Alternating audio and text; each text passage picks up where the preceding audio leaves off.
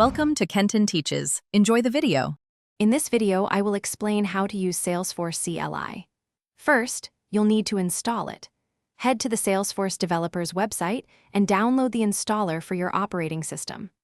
Once installed, open your terminal and type SFDX version to confirm it's working.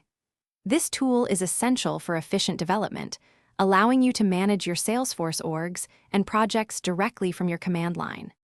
Now that you have the CLI installed, let's cover some essential commands.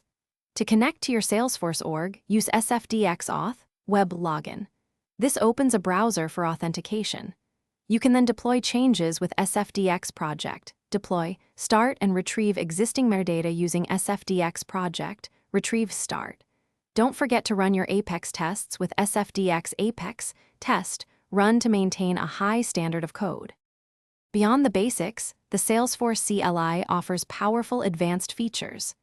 Scratch orgs, created with SFDX Org Create, Scratch provide temporary, disposable environments perfect for feature development. You can also automate many tasks by scripting CLI commands, saving you valuable time.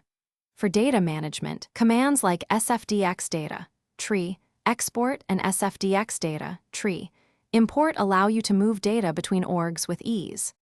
To maximize your productivity, always keep your Salesforce CLI updated to benefit from new features and security enhancements.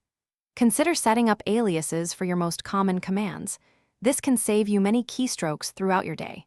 Remember to check the description for a link to the Echo Dot smart speaker and other great deals. Mastering the CLI will significantly boost your Salesforce development efficiency. Thanks for watching. Please subscribe if this video was helpful.